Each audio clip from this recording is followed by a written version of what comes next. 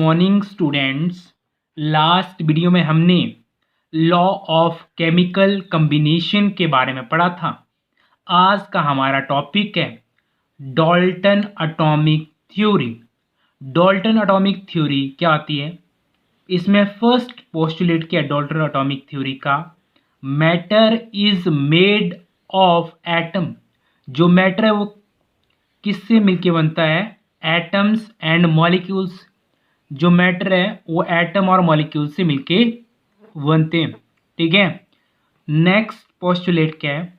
Atoms of same element. अगर मान लो कोई सेम एलिमेंट का एटम्स है, उसकी प्रॉपर्टी भी क्या होगी? Same property. थर्ड पोस्टुलेट क्या है? कंपाउंड फॉर्म है फिक्स रेशियो। जब कोई कंपाउंड बनता है तो उसकी क्या होती है? एक फिक्स रेशियो होती है। जैसे एग्जाम्पल के तौर पे, जैसे यहाँ पे H2 मॉलिक्यूल और H2 मॉलिक्यूल प्लस O2 जब आपस में कंबाइन करेंगे तो यहाँ पे क्या बनेगा? H2O plus H2O। तो यहाँ पे जो कंपाउंड बन रहा है उसमें एक फिक्स रेशियो है। हाइड्रोजन 2 है और ऑक्सीजन क्या है? 1 है। तो 2:1।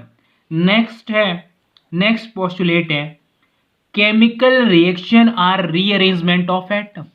जो केमिकल रिएक्शन होती है वो क्या होती है? रीअरेंजमेंट होती है एटम्स की। एटम उसमें क्या होते हैं? रीअरेंज होते हैं। जैसे एग्जाम्पल के तौर पे हाइड्रोजन का एटम और हाइड्रोजन का दूसरा एटम, यहाँ पे क्लोरीन का एटम और दूसरा क्लोरीन का एटम, जब इनको हम रिएक्ट करवाएंगे एक दूसरे के साथ तो यहाँ पे क्या होगी? जो केमिकल रिएक्शन में रीअरेंजमेंट होगी किसकी? एटम्स की। तो यहाँ से हाइड्रोजन का एक एटम और दूसरा क्लोरीन का एटम, तो क्या बन जाएगा? HCl। ठीक है। और यहाँ पे भी जैसे H और Cl, तो इनकी भी क्या हुई? रीअरेंजमेंट हुई एटम्स की। जो केमिकल रिएक्शन होती है वो क्या होती है? Rearrangement of atoms. नेक्स्ट है मोल कॉन्सेप्ट। मोल कॉन्सेप्ट क्या आता है? इंपॉर्टेंट है एग्जामिनेशन पॉइंट ऑफ व्यू से। मोल कॉन्सेप्ट को समझने से पहले हमें कंस्टिट्यूएंट पार्टिकल्स के बारे में पता होना चाहिए। और जो कंस्टिट्यूएंट पार्टिकल है उसके बारे में मैंने लास्ट की वीडियो में भी डिस्कस करा है, वो आप प्लेलिस्ट में जाके चेक कर सकते हैं। जैसे कंस्टिट्यूएंट पार्टिकल्स होते हैं एटम, आयन और मॉलिक्यूल। एटम जो है 2 वर्ड से मिलके बनाता है, ए प्लस टॉम। ए का मतलब है नॉन और टॉम का मतलब है कटेबल। तो एटम क्या आता है? जिसको हम फर्दर सब डिवाइड नहीं कर सकते हैं। The substance which can not be further subdivided are known as atom. Atom के यहाँ पे एग्जाम्पल हैं, जैसे हाइड्रोजन है, कार्बन है, सोडियम है, मैग्नीशियम है। ये सभी एग्जाम्पल है किसके? एटम के। अब यहाँ से एटम से एक और वर्ड बना एटॉमिक मास। ठीक है। एटॉमिक मास क्या होता है? Mass of one atom. जैसे किसी एक एटम का जो मास होगा, mass of one atom is known as atomic mass. ठीक है। वो वन एटम हाइड्रोजन भी हो सकता है, क्लोरीन भी हो सकता है, सोडियम भी हो सकता है और मैग्नीशियम भी हो सकता है। तो क्या होता है? Mass of one atom is known as atomic mass. ठीक है। और जो एटॉमिक मास है, ठीक है, नेक्स्ट है मॉलिक्यूल। मॉलिक्यूल क्या आता है? व्हेन 2 और मोर एटम कंबाइन टुगेदर।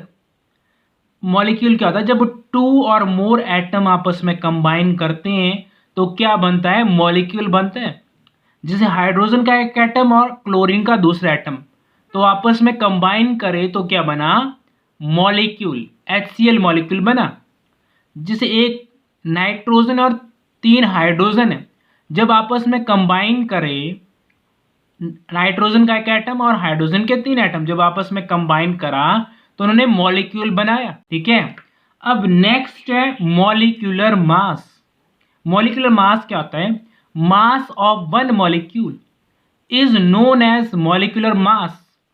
जो किसी एक मॉलिक्यूल का जो मास होता है उसी को ही हम क्या बोलते हैं, मॉलिक्यूलर मास बोलते हैं।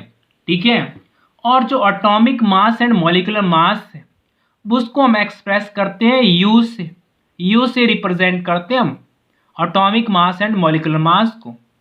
और यू का मतलब होता है यूनिफाइड मास, यू को क्या बोलते हैं हम, यूनिफाइड मास, और एटॉमिक मास यूनिट भी बोलते हैं, AMU भी बोलते हैं। Mass of an atom is calculated with the help of a device. जो मास है किसी एटम का उसको कैलकुलेट कर सकते हैं हम किसी डिवाइस से, उसका नाम होता है मास स्पेक्ट्रोमीटर। ठीक है, mass of atom calculated with the help of a device is known as mass spectrometer. Next है मोल। मोल क्या आता है, मोल इज अ नंबर, मोल क्या आता है, नंबर होता है, and this number is known as Avogadro number, और उस नंबर को हम क्या बोलते हैं, एवोगाड्रो नंबर बोलते हैं। और जो एवोगाड्रो नंबर है उसकी वैल्यू होती है 6.022 इंटू 10⁻23। और जो एवोगाड्रो नंबर है वो किसके बराबर होता है, 1 मोल के बराबर।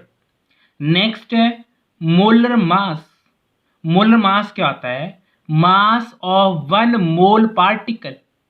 ठीक है, 1 मोल पार्टिकल का जो मास होगा is known as molar mass, उसको हम क्या बोलेंगे, मोलर मास बोलेंगे।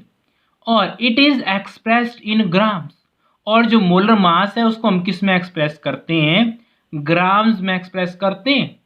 ठीक है, और जो एटॉमिक मास है, ठीक है, एटॉमिक मास, जैसे हाइड्रोजन का एटॉमिक मास होता है 1 और कार्बन का एटॉमिक मास होता है 12 यू, यू का मतलब यूनिफाइड मास, और नाइट्रोजन का एटॉमिक मास कितना होता है 14 यू।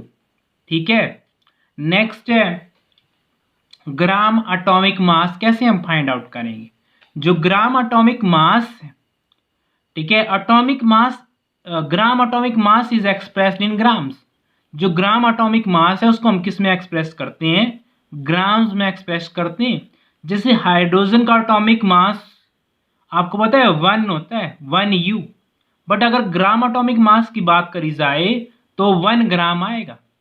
और कार्बन का एटॉमिक मास होता है 12, तो ये जो ग्राम एटॉमिक मास है कार्बन का वो कितना आएगा 12 ग्राम। और जो नाइट्रोजन है उसका एटॉमिक मास होता है 14, और जिसका ग्राम एटॉमिक मास है वो कितना आएगा 14 ग्राम। नेक्स्ट है मोलर मास।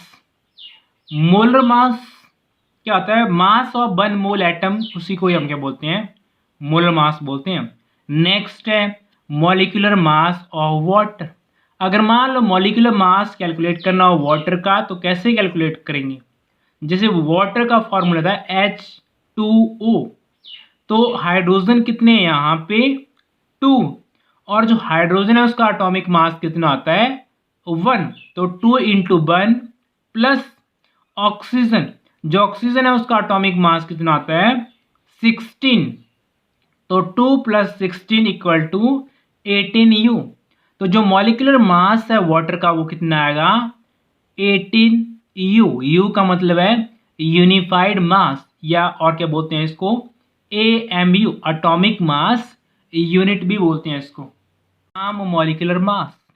अगर वाटर का ग्राम मॉलिक्यूलर मास कैलकुलेट करना हो तो कैसे कैलकुलेट करेंगे, तो जैसे हाइड्रोजन है, हाइड्रोजन का एटॉमिक मास होता है 1, और हाइड्रोजन कितने हैं 2, 2 इंटू 1 प्लस ऑक्सीजन का जो एटॉमिक मास है वो होता है 16, तो 2 + 16 कितना आ गया 18 ग्राम। ठीक है, मैंने आपको बताया कि जो ग्राम मॉलिक्यूलर मास है उसको हम किससे रिप्रेजेंट करते हैं, ग्राम से।